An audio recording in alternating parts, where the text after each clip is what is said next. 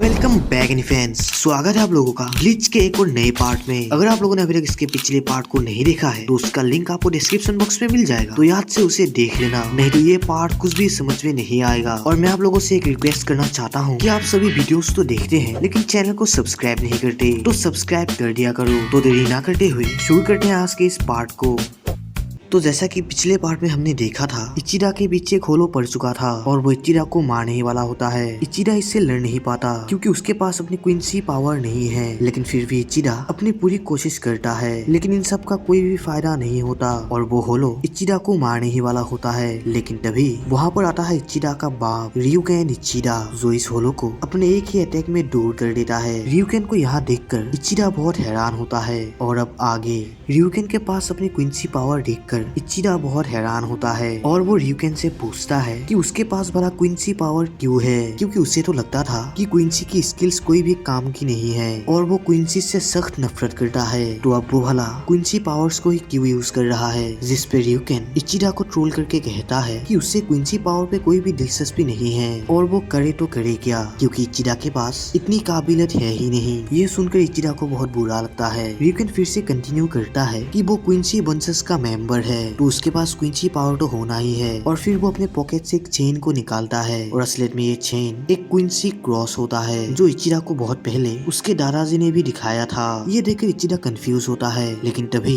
इचिडा के पीछे वही होलो वापस आ जाता है, लेकिन रियुकेन उसे एक ही अटैक में मार देता है। और रियुकेन की ऐसी पावर देखकर भी इचिडा समझ जाता है कि उसका बाप कोई कच्चा खिलाड़ी नहीं है, क्योंकि अगर वो इस होलो पर अटैक करता तो वो उसे सिर्फ मामूली खरोंच दे पाता, लेकिन उसके बाप ने इस होलो को एक ही बार में मार गिराया। और फिर रियुकेन बोलता है कि इचिडा के पास एक्सपीरियंस की कमी है और बिना एक्सपीरियंस से ही वो सोल सोसाइटी पर चला गया और अपने पावर्स को खो दिया, जो सिर्फ एक बेवकूफी है। लेकिन रियुकेन इचिडा के क्विंसी पावर्स को वापस ला सकता है। ये सुनकर इचिडा भी हैरान होता है। तभी रियुकेन बोलता है कि वो इचिडा के पावर्स को वापस ला सकता है, लेकिन सिर्फ एक शर्त पर, कि वो दोबारा अपने सोलिपर दोस्तों के पास नहीं जाएगा। ये सुनकर इचिडा के पैरों तले जमीन फिसल जाती है। दूसरी तरफ कॉन लगातार इस होलो से अपनी जान बचा के भाग रहा था और ये बुद्धू होलो जो कि कॉन को इचिगो समझ रहा था, वो कॉन से कहता है कि वो अपने सोलिपर बारे लूप में आ जाए, नहीं तो वो उसे मार देगा। कॉन उसे बार बार समझाने की कोशिश करता है कि वो इचिगो नहीं है, लेकिन ये बुद्धू होलो समझता ही नहीं। और तभी हम तीन नए कैरेक्टर को देखते हैं और ये तीनों उराहरा की मोट सोल है और इन तीनों का नाम नोबा, रिरिन और कुरोडो है और ये तीनों दूर से कॉन की हालत को देख रहे थे। दूसरी तरफ ये होलो कॉन पर अटैक कर देता है, लेकिन ये तीनों कॉन को वहाँ से टेलीपोर्ट करके यहाँ ले आता है और कॉन इन तीनों का शुक्रगुजार है क्योंकि इन्होंने कॉन को मौत के मुंह से बचाया है। और फिर रिरिन कॉन को ट्रोल करने लगती है क्योंकि कॉन एक ओल्ड एज मोट सोल होने के बाद भी बहुत कमजोर और कम अकल का है। ये सुनकर कॉन भी भड़क जाता है और ये दोनों आपस में बहस करने लगते हैं। तभी वो होलो इन तीनों को ढूंढ लेता है और ये तीनों इस बार अपनी जान बचा के उस होलो से भागने लगते हैं। और फिर रिरिन अपने स्पेल का इस्तेमाल करके इस होलो को एक इल्यूजन में डाल देती है और हम इसे गेंजुत्सु भी कह सकते हैं, जहाँ पर इस होलो का सामना इचिगो से होता है। और इचिगो को यहाँ देखकर ये होलो बहुत खुश होता है क्योंकि वो काफी वक्त से इचिगो को ही ढूंढ रहा था। और फिर ये दोनों लड़ने लगते हैं और ये होलो आसानी से इचिगो को टक्कर दे रहा था क्योंकि फेक इचिगो तो फेक ही है। तो ये होलो समझ जाता है कि उसे गेंजुत्सु में डाला गया है और फिर वो इस गेंजुत्सु से निकल जाता है और कौन बिना वक्त गवाए यहाँ से तेजी से भागने लगता है। लेकिन ये होलो भी कम नहीं था, वो फाइनली कॉन को पकड़ लेता है और सीधे जमीन में पटक देता है और फिर वो कॉन को मारने वाला होता है। कॉन जो कि अब हिल भी नहीं सकता था क्योंकि इस झटके से उसके शरीर का काफी हड्डियां टूट गए हैं। और ये होलो जैसे ही अटैक करता है तभी अचानक से एक लाइटनिंग शील्ड इस अटैक को ब्लॉक कर देती है और ये देखकर ये होलो भी हैरान होता है। और ये लाइटनिंग शील्ड असलियत में वो लकी चार्म होता है जिसे इचिगो को उसके फादर ने दिया था। और ये देखकर कॉन भी कंफ्यूज होता है। तभी यहाँ पर कोई आता है जिसके पास एक जान पकड़ो थी और वो कौन से कहता है, शायद मैंने तुम्हें पहले ही कहा था इस लकी चार्म को अपने से दूर मत करना।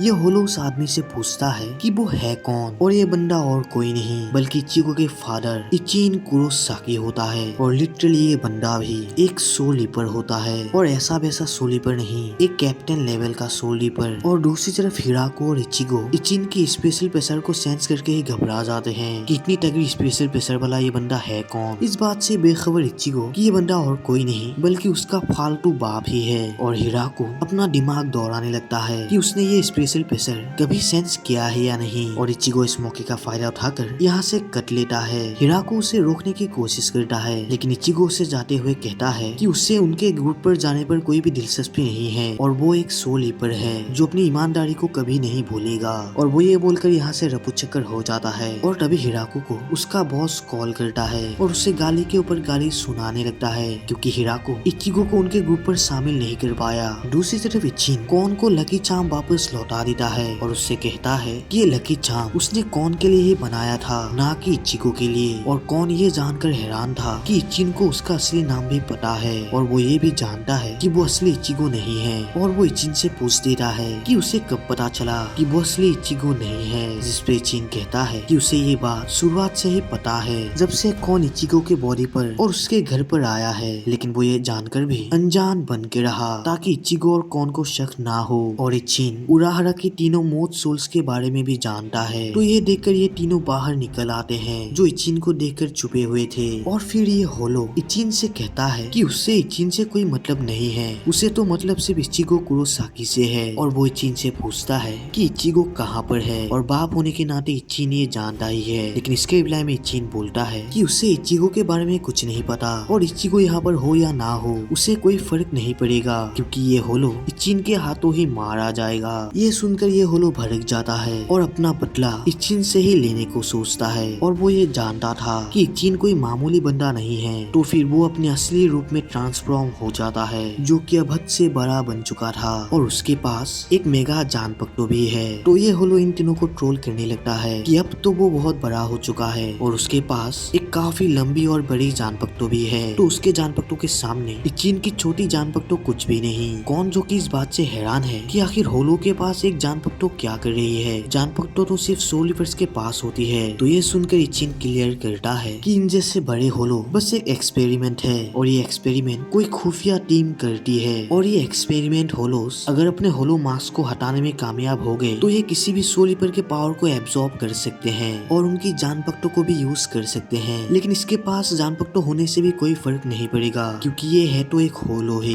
ये सुनकर ये होलो भड़क जाता है और इचिन को ट्रोल करके कहता है कि उसकी जानपक्टो तो काफी छोटी है और इस जानपक्टो से वो उसका कुछ भी बिगाड़ नहीं पाएगा क्योंकि जितनी बड़ी जानपक्टो होगी उतनी ही ज्यादा स्पेशल पावर होगी। और फिर जैसे ये होलो इचिन को मारने के लिए आगे बढ़ता है तो इचिन अपने जानपक्टो के एक ही स्लैश से इस होलो को बहुत ही आसानी से 2 हिस्सों में काट देता है। और फिर वो होलो से कहता है कि हर कोई कैप्टन या सोल ईपर अपने जानपक्टो को अपने स्पेशल पावर के हिसाब से उसके साइज को कंट्रोल करते हैं। अगर वो सभी ऐसा नहीं कर पाते तो उनके हाथ में एक बिल्डिंग जैसी जानपक्टो होती जो कि चलाना तो दूर उठाना भी नामुमकिन होता। और वो उससे आखिरी बार में कहता है तुम ये बात कभी मत भूलना, कभी भी अपने दुश्मन के ताकत को उसकी जानपक्टो के साइज से कंपेयर मत करना, समझे बच्चे।